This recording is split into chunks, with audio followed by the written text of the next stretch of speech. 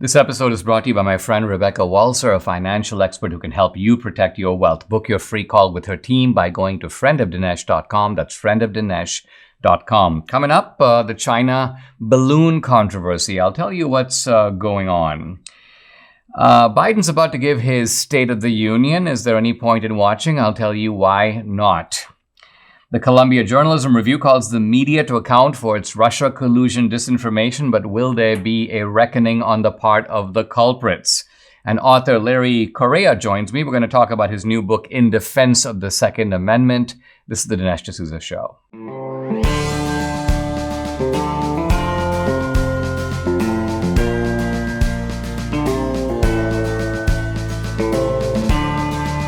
America needs this voice. The times are crazy. In a time of confusion, division, and lies, we need a brave voice of reason, understanding, and truth. This is the Dinesh D'Souza Podcast. Not content with having given us COVID, the Chinese decided to send us a second present. And in fact, this present is a balloon. It's almost as the Chinese said, listen, we sent you a present, and now we're sending you a little balloon on top of your present so you can be really grateful for what great guys we are. We like, creating global pandemics. And then we also top it off by sending you a mysterious balloon. Now, what is the point of this balloon?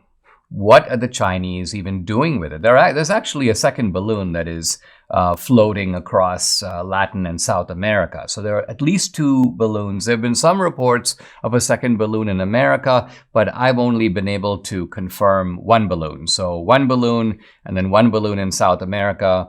Now, are these balloons spy satellites?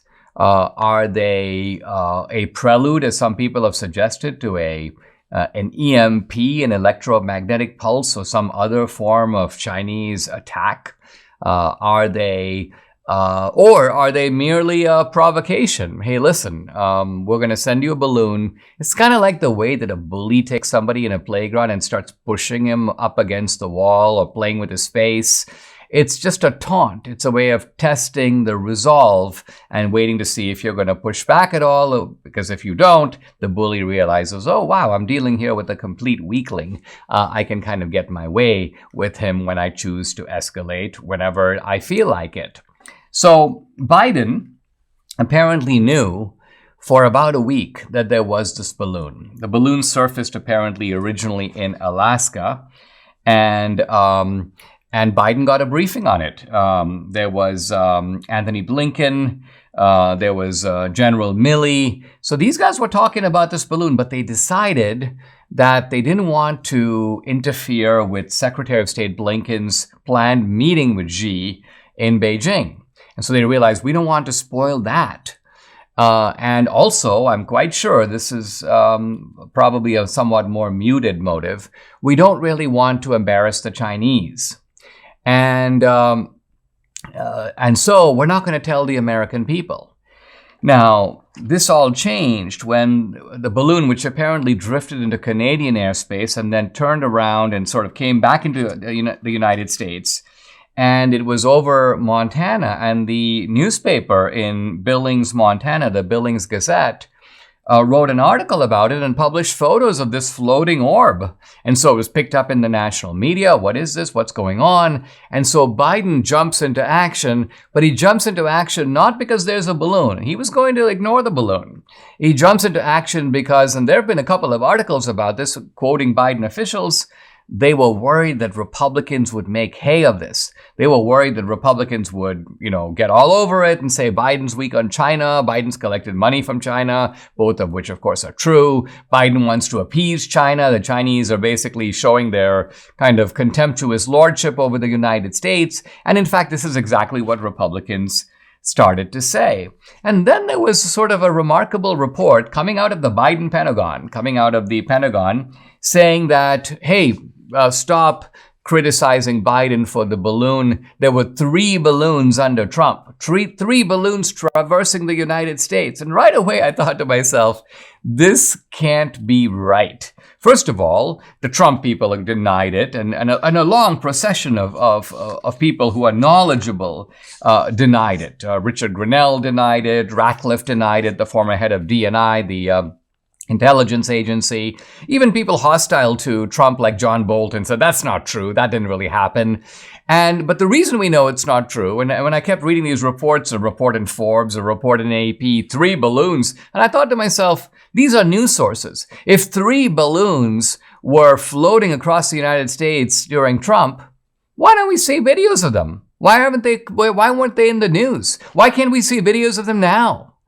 And then I saw a very interesting article in CNN today, which basically says that the existence of these balloons under Trump was not discovered during the Trump years, but they only found out about it retroactively in the Biden years. And right there, I thought, this is such lying nonsense.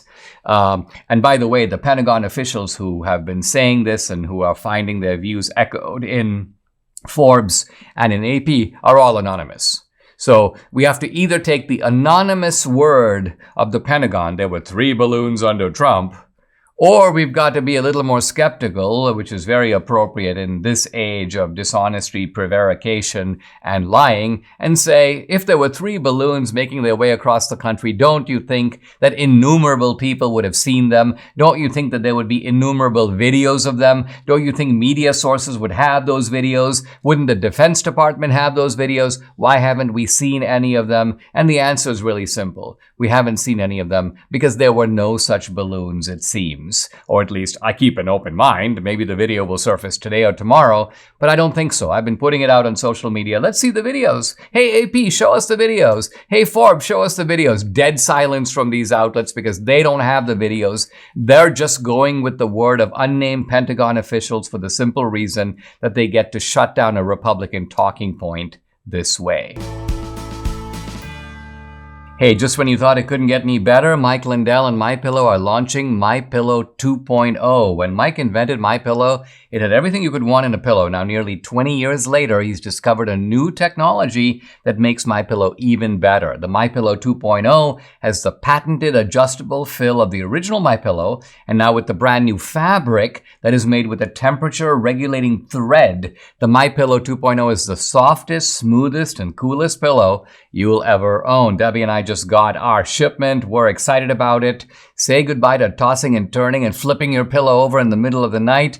More great news on the MyPillow 2.0. Buy one, get one free with promo code Dinesh. The MyPillow 2.0, machine washable and dryable. It's made in the USA, comes with a 10-year warranty, 60-day money-back guarantee. So go ahead, call 800-876-0227, 800-876-0227. That's the number. Or go to mypillow.com. Don't forget to use the promo code to get the discount. That's DINESH, Dinesh.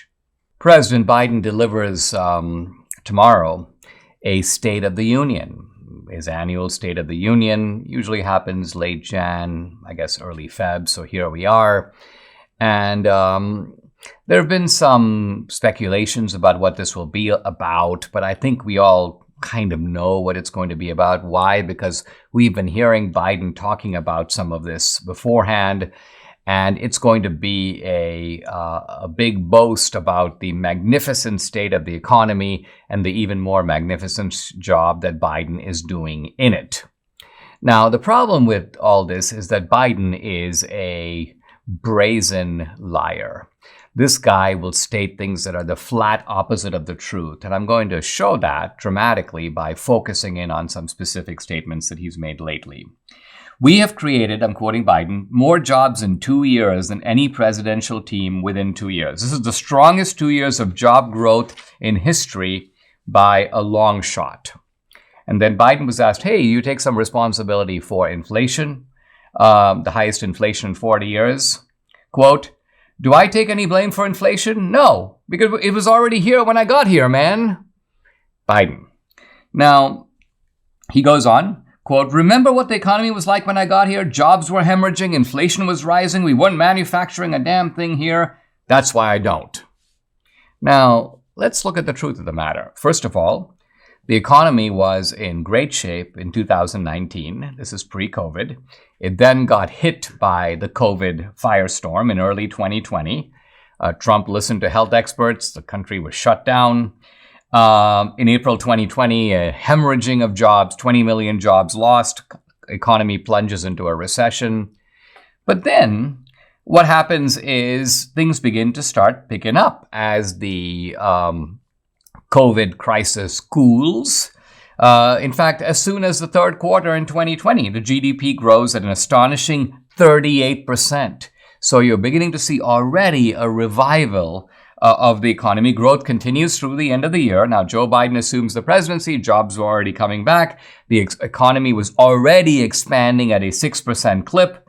So contrary to what Biden says, things were not really bad when he took office. In fact, things were getting dramatically better from the crater low that was created by the COVID pandemic.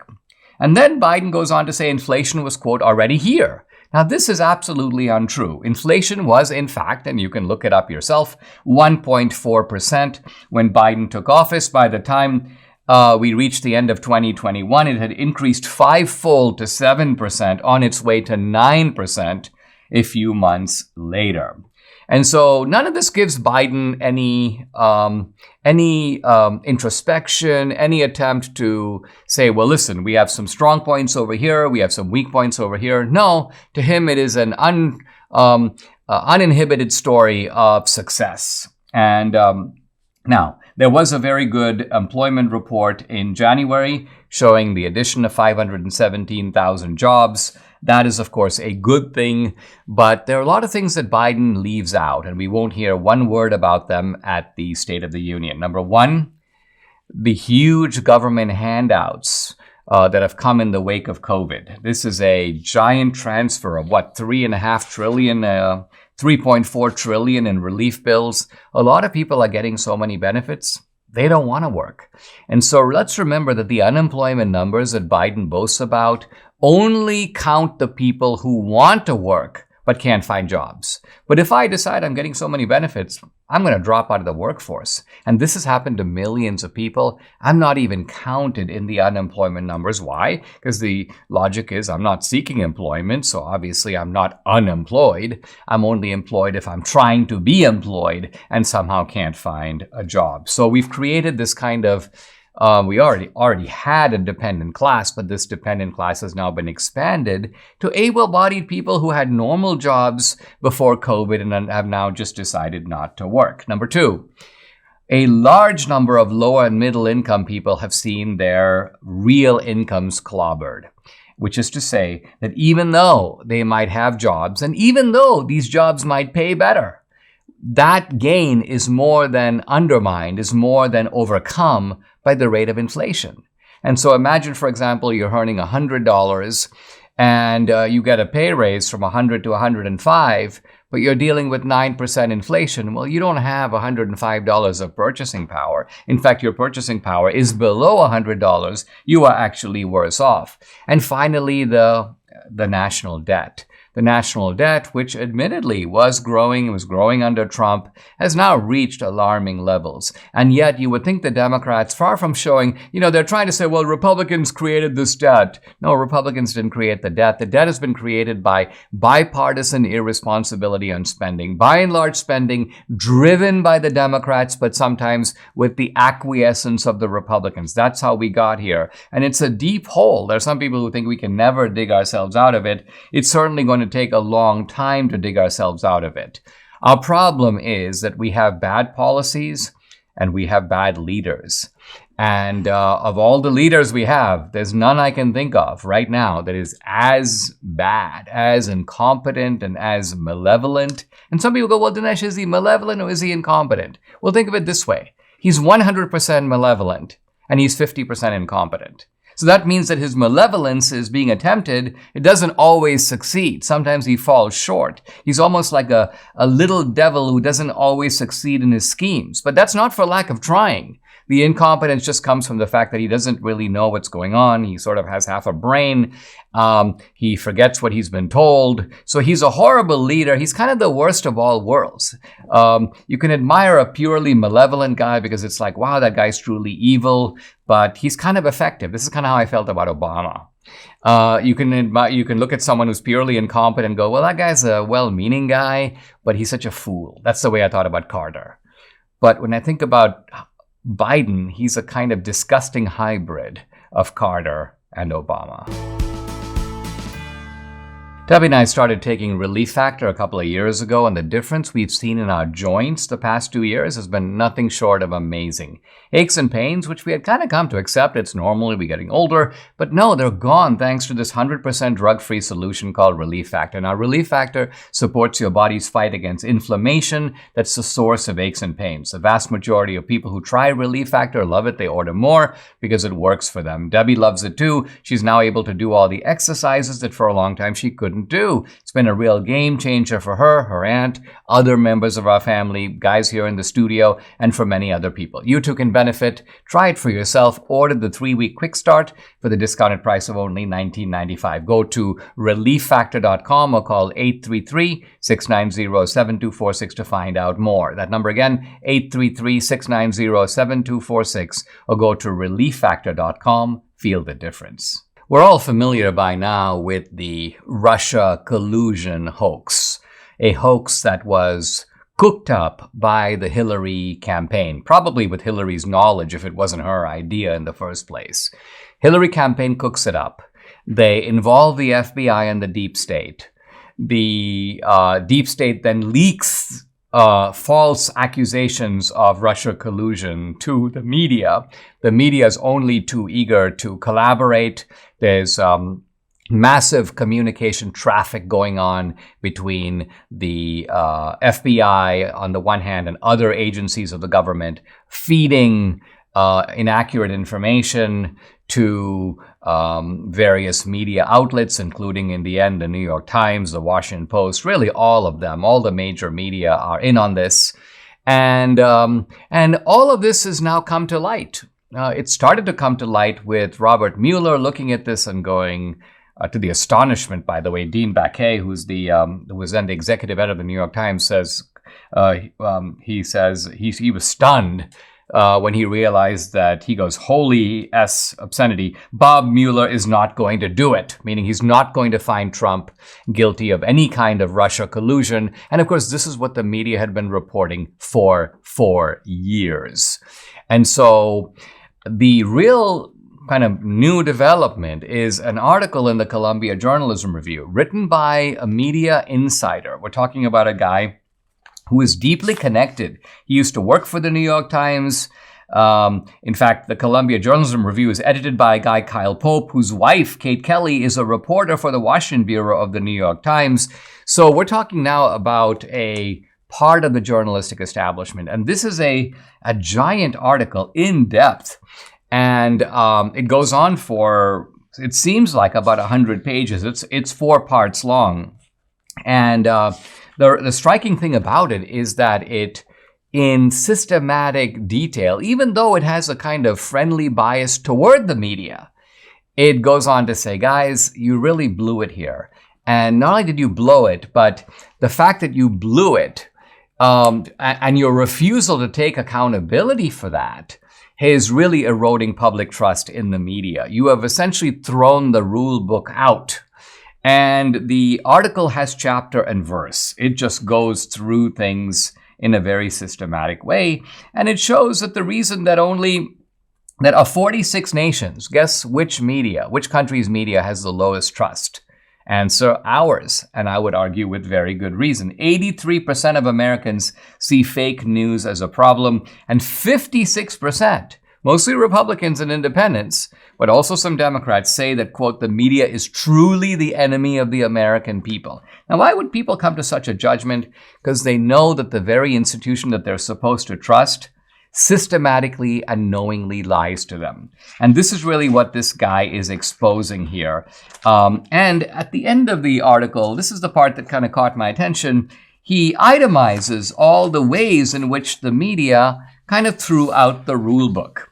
He goes on to say, for example, the media began to rely on anonymous sources. They would quote, a person familiar with the controversy said.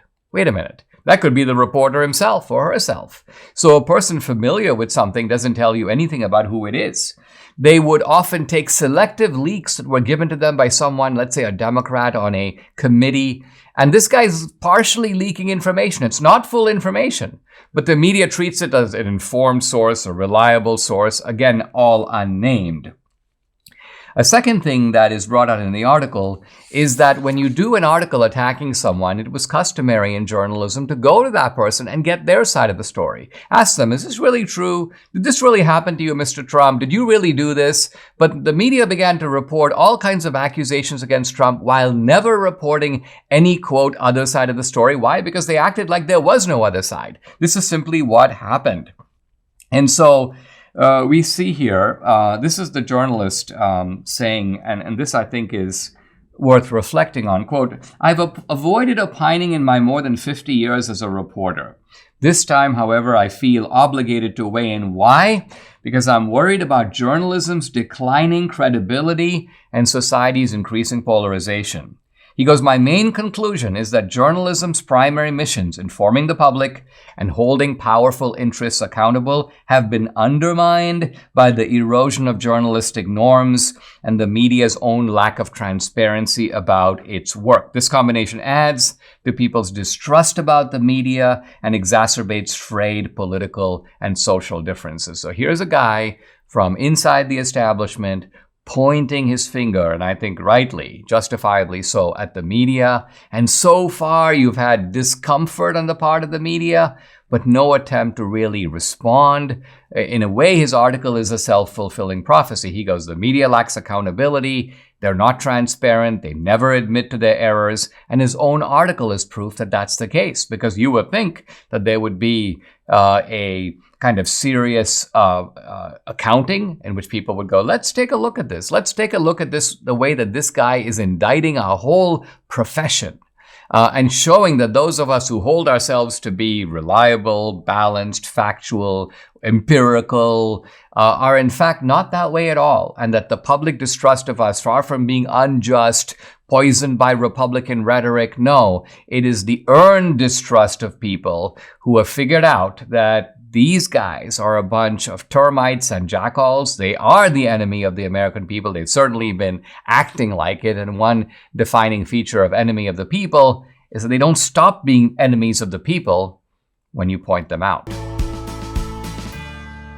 A new year is a good time for a fresh start. Now, the phrase literally means an opportunity to begin something again. You know you need a fresh start in your eating habits, right? How many times last year did you say to yourself, I need to start eating better? Well, eating the right amount of fruits and veggies every day is almost impossible. I have a much more convenient, practical way for you to make that fresh start with Balance of Nature. Now, Balance of Nature is sourced from 31 whole fruits and vegetables. You'll get maximum nutrition with their star product, fruits and veggies in a capsule. Debbie and I take them every day. I want you to do so also. And right now, Balance of Nature has a great New Year's offer. $25 off plus free fiber and spice with your first preferred order of fruits and veggies when you use discount code America. The offer can end at any time, so go ahead, take advantage of it. Call 800-246-8751. That number again, 800-246-8751, or go to balanceofnature.com. Use discount code America.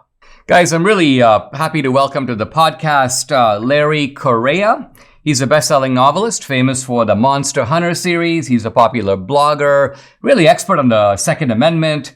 He wrote an essay called An Opinion on Gun Control, which was a huge internet sensation. He's worked as a gun store owner, firearms instructor, military contract accountant, and he has a new book, In Defense of the Second Amendment. Larry, welcome to the podcast. Thanks for joining me. Sometimes I interview people on topics that I feel like I know as much as the author. This is not one of those cases. So I want you to take this occasion to sort of educate me about the importance of the Second Amendment. Let me begin by asking you this.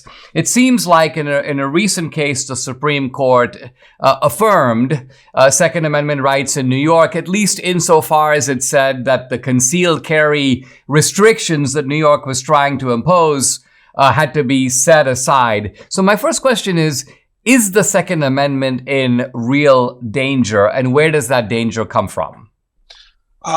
It is, and that has been a continual mission of the hardcore left, is to disarm Americans and to strip our rights away. The Second Amendment is absolutely vital because it's, all about the checks and the balances. And a lot of people think of the different parts of the government checking each other and their authority. Yet there's more to it than that. The people are the final ultimate check against a tyrannical government. And you can't have all the tyranny that you would like to have and the true control, absolute control, unless you have a disarmed populace. And so this Supreme Court decision you referenced, New York State Rifle and Pistol versus Bruin, was a huge win for the side of civil rights and civil liberties, in that the Supreme Court smacked down some of the worst gun control arguments. It reaffirmed that we do have an individual right to keep and bear arms, including those arms that are useful for such things as defending ourselves against things such as a tyrannical government. So a lot of cases have spun off of this in recent months. And it's a very exciting time in this aspect of the battle for civil rights. As you know, Joe Biden has made an argument that echoes a broader theme on the left, and that is that, number one, the whole idea of a sort of armed citizenry is an artifact of an earlier place and time and doesn't apply to today. And Biden has even gone so far as to kind of scornfully say, well, listen, if you want to mount a rebellion against the government, don't think that your handgun or even your rifle is going to do it. You're going to need some nuclear weapons. So I think he's mocking the idea that there is any contemporary viability or legitimacy to this case for the Second Amendment. What would be your response to Biden? Tell that to the Taliban. I have a whole chapter in the book about that, because there's this modern interpretation from the left that the Second Amendment is relevant because they have F-15s and we have AR-15s. And Joe Biden likes to make that joke over and over again, and every time he does, it's for the first time for him. But really what I think is that they don't understand what they're talking about. And I go into great depth history, logistics, numbers, because basically if a fraction of a percentage of gun owners were to resist a tyrannical government, even armed with nothing but rifles and pickup trucks, it's still a force that is orders of magnitude greater than anything that we faced in Vietnam, Afghanistan, Iraq. I even go into like the first opening parts of the Ukraine war with the Russian invasion of Ukraine. An armed populace is extremely difficult to fight with advanced weapon systems.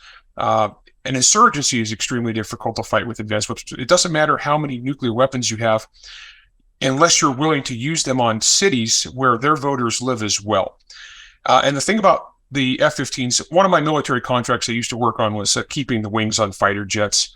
What a lot of people don't realize is the people that maintain these weapon systems, fly these weapon systems, they're us. The Venn diagram of gun owners and people that do these jobs, they overlap. We're almost a stack of pancakes.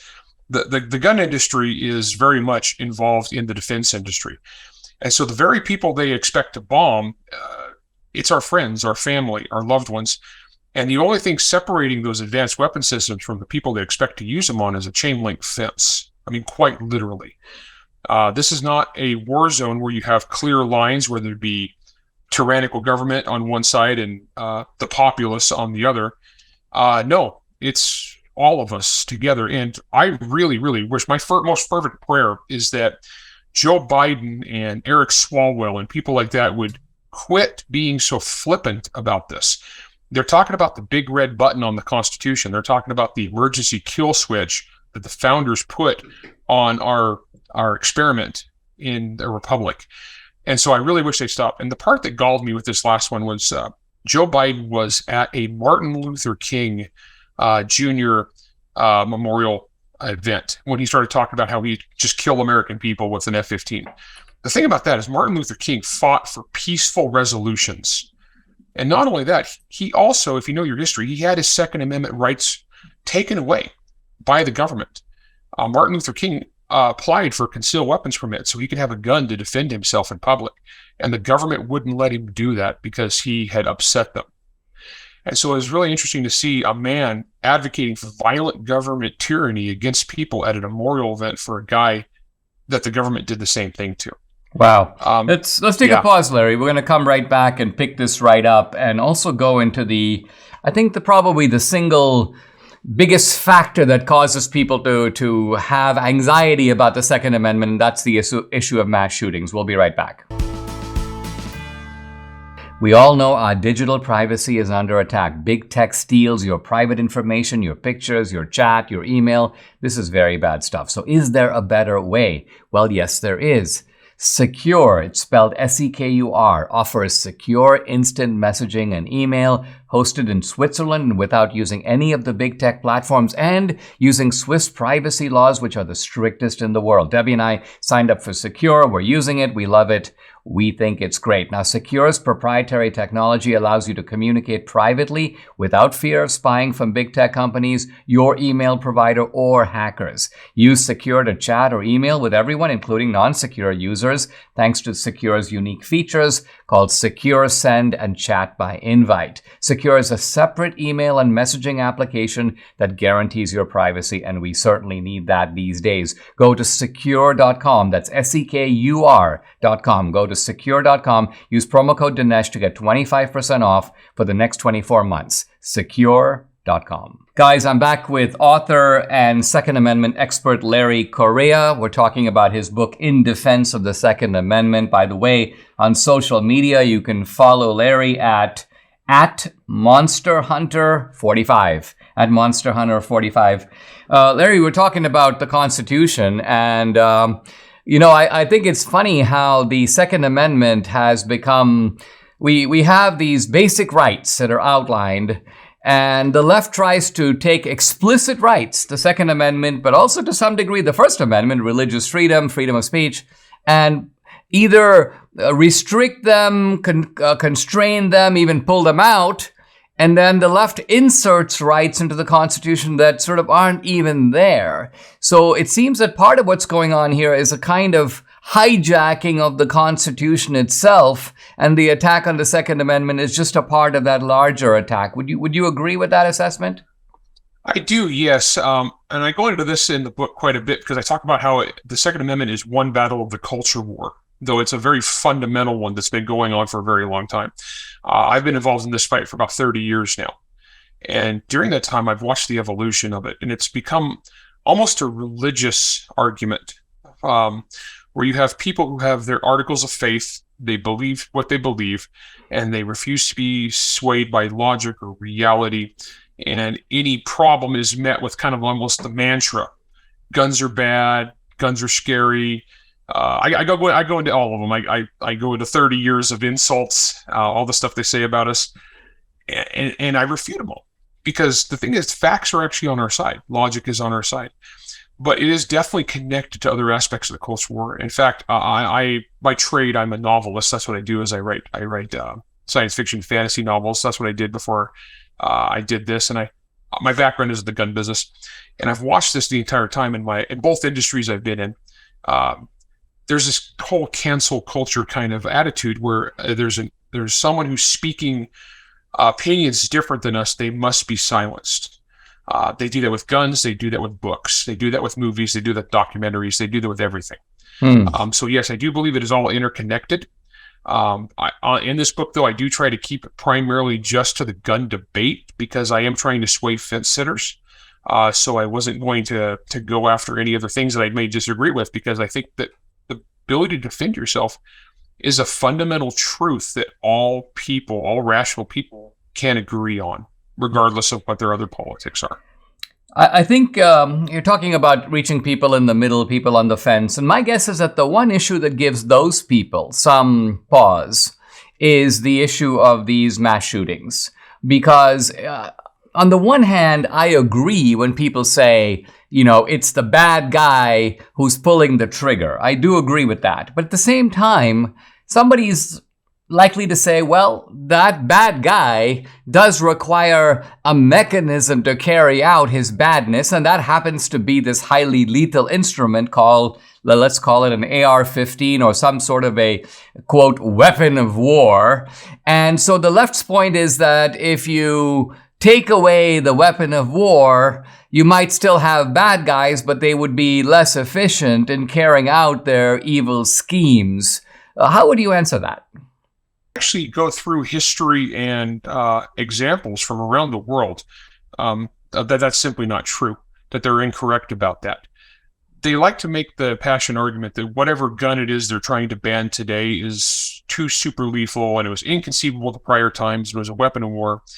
Well, the weapon of war thing falls apart because all of our common guns, regardless, most of our hunting rifles, most of our duck shotguns, they've all been weapons of war at one time or another. Even the lowly revolver was a weapon of war. They've all been weapons of war. So that's irrelevant. What they're really trying to do is they're trying to ban guns that are common and useful for armed self-defense. And in that respect, then if you look at the true meaning of the Second Amendment, we are supposed to have those kind of guns. Now, on the combating the mass shootings, this is something I've got a lot of personal experience with because I was a firearms instructor for a lot of years and I armed a lot of people and trained a lot of people. What stops a violent encounter like that? What stops a mass shooter, a mass killer, is a violent response. That violent response can either be immediate by someone who is there, or it will be in 5 minutes, 10 minutes, 20 minutes when the police arrive.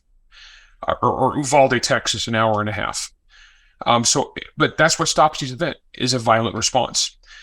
If you disarm the people who could provide that violent response, then more people will be killed. And then the bad guy can work until the police arrive, however long that may take. The body count will be higher. And I go into the numbers, I go into the stats, I go into the historical examples. I go around the world. Trying to strip guns away from the people just enables the killers. And I use examples from countries that have gun control that Americans cannot even conceive of, so strict that we can't even imagine. The media likes to act like mass killings, mass shootings are a uniquely American thing. They are not, and I prove that. They are actually pretty common around the world. When I say common, these are all statistical anomaly events that are tiny and orders of magnitude more regular crime where people can defend themselves happen. But I've armed a lot of teachers. In my state, we have armed teachers, and I taught a lot of teachers how to carry guns in school.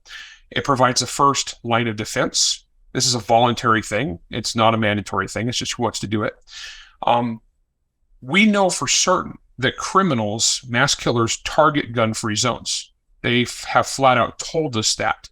They have written in their manifestos, I am going to target the following places because I know that the people there will not be able to fight back. And they have specifically said that. Yet we continually try to take guns away from the good people, and we continually try to strip them of their rights. And we create more places, gun-free zones that are just hunting preserves of innocent people for bad guys to victimize. So the way they go about this is completely backwards. And I try to break it down logically and also emotionally, because there's nothing worse than being disarmed and helpless when a horrible thing happens and the government has stripped you of your choices and your ability to fight back. Guys, this is really an eloquent and powerful book. It's called In Defense of the Second Amendment. The author, the guy I've been talking to, is Larry Correia. Larry, really appreciate your coming on the podcast. Thank you. Thank you.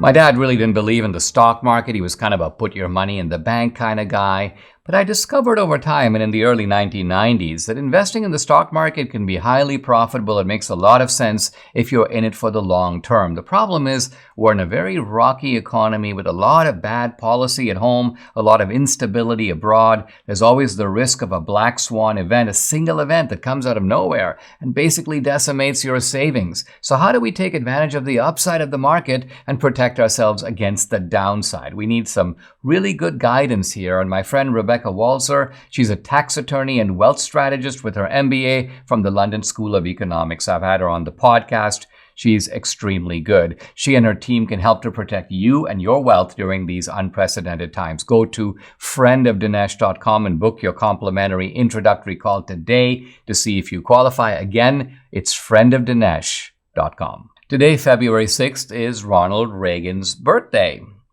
I should know that. I wrote a book on Reagan, Ronald Reagan, How an Ordinary Man Became an Extraordinary Leader. But Debbie had to remind me, and I remembered it was in the month of February, but I wasn't sure what day. Well, today. And this got me thinking a little bit about, the legacy of Reagan, the great achievement of Reagan. I think Reagan was the greatest president of the 20th century easily. The second position there, probably Teddy Roosevelt. Now, Reagan was not the most influential, perhaps, president of the 20th century. I'd have to give that to FDR. But FDR's influence was in many ways negative, harmful, destructive. FDR, for example, coddled fascism in all kinds of ways. He blocked anti-lynching laws. I've written about all this extensively in some of my later books, Death of a Nation, Hillary's America also. So if FDR is the most influential president, now the worst president of the 20th century, I'm tempted to say Carter, but it's not Carter. Carter's bad effects were moderated by his incompetence. It would have to be LBJ. LBJ was a really bad guy. And Debbie's kind of smiling here because Debbie went to the school associated with LBJ, namely Texas State, where you have monuments to LBJ all over the place. But LBJ, the effects of the Great Society have been almost uniformly bad. It did have some effect in reducing poverty, but it also destroyed the black family along the way. It created many of the cultural pathologies that we live with today. But let's come back to Reagan. I think Reagan will be remembered as the president who won the Cold War without firing a shot. That's a phrase borrowed from Margaret Thatcher. But he also revived the American economy, and he affirmed traditional values in a way that couldn't be more relevant today. We realize as we look at the fraying fabric of our society that the kind of America that Reagan evoked, an America defined by individualism, by family, and by that he meant the nuclear family, by our local associations, our civic associations, but also local communities, and then patriotism. All these elements of Reaganism are sorely needed today.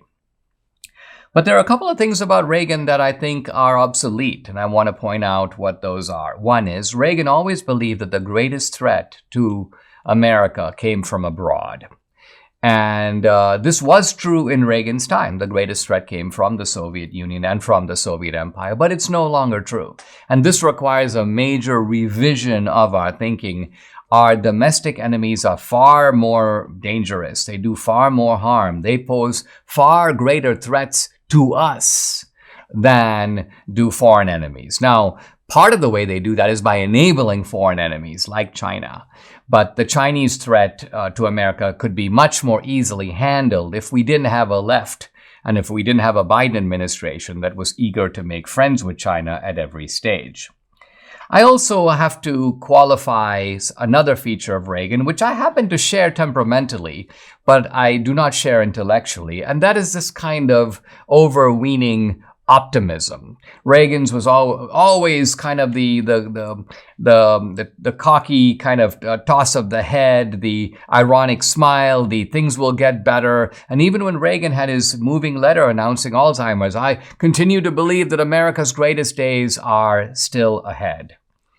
I don't believe that. I have to say right now, I don't believe that America's greatest days are still ahead. Now, not to say that things can't be turned around, but you have to be in willful denial of reality today to look at what's happened to America over the last decade or couple of decades and go, oh, wow, we're moving in the right direction. America's best days are still ahead. No, that Reaganite optimism is obsolete.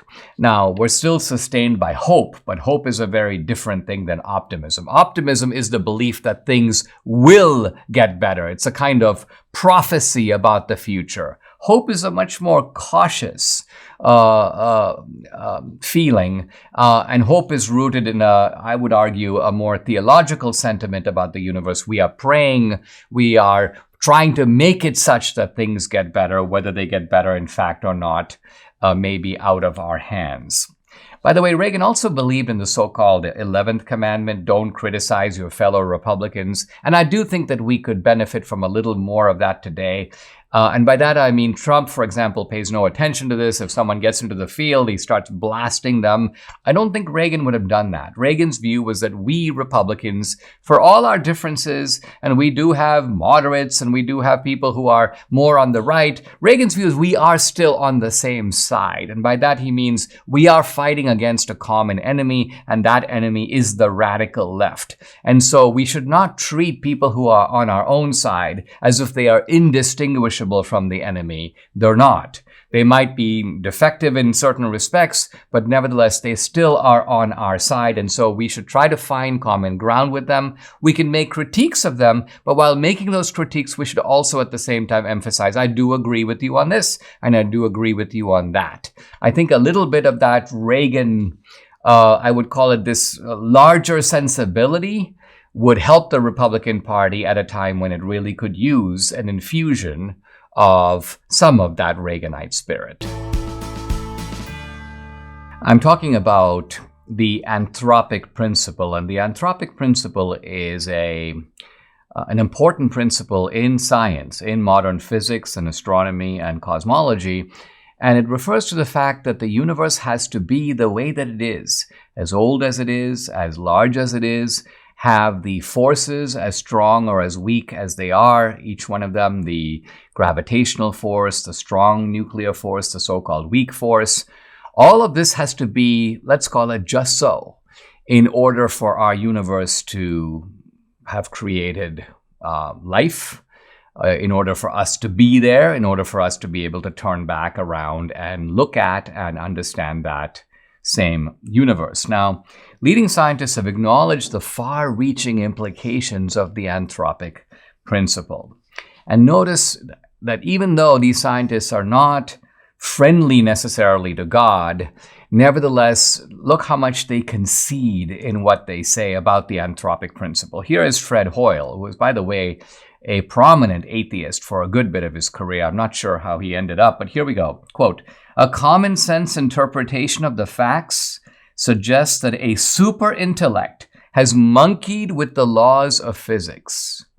What does that tell you? That there is an overpowering intellect that has arranged these dials in this way. Here's physicist Freeman Dyson, who I would describe as spiritual but not religious. By the way, somebody who knew Einstein, someone who taught for much of his career at the Institute for Advanced Study at Princeton, one of the great physicists of our time. Quote, "The more I examine the universe and study the details of its architecture, the more evidence I find that the universe in some sense must have known we were coming."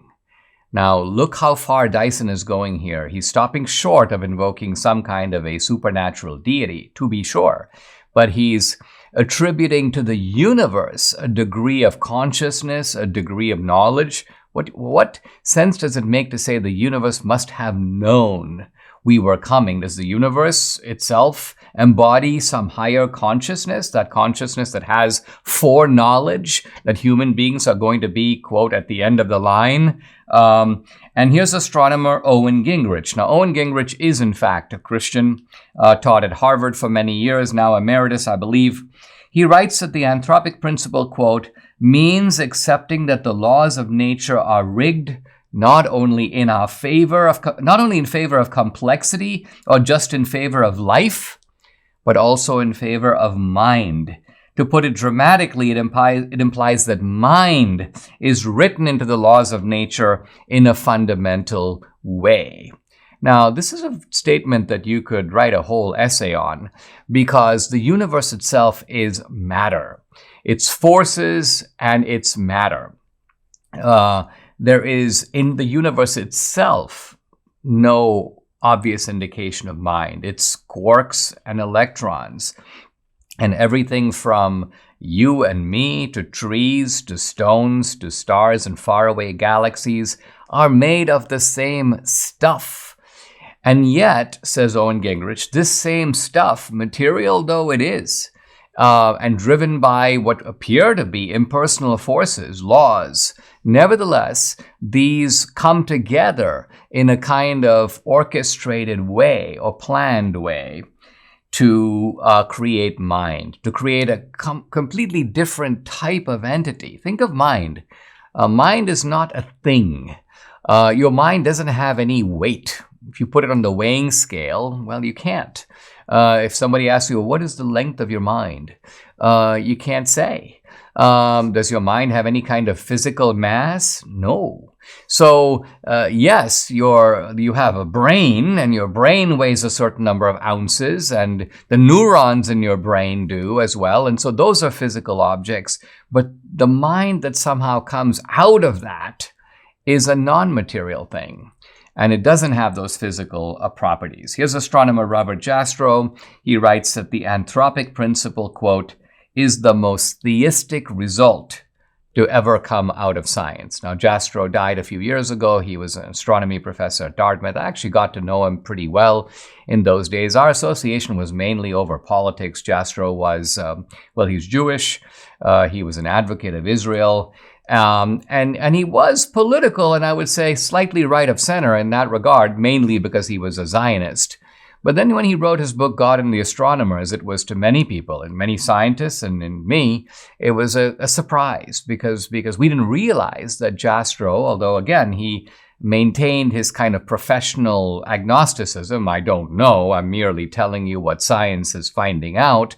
Nevertheless, he did not hesitate to draw out the implications that science is producing, as he says in this quotation, a, quote, theistic result. So when I come back tomorrow, I'm going to pick up the difficulty that the anthropic principle causes for skeptics and for atheists, and how they try to find a clever way around it by positing that we're just very lucky, or there may be multiple universes, all kinds of ways of getting around the simple fact that we live in a universe that appears to have been designed by a designer for us. Subscribe to the Dinesh D'Souza podcast on Apple, Google, and Spotify, or watch on Rumble, YouTube, and SalemNow.com.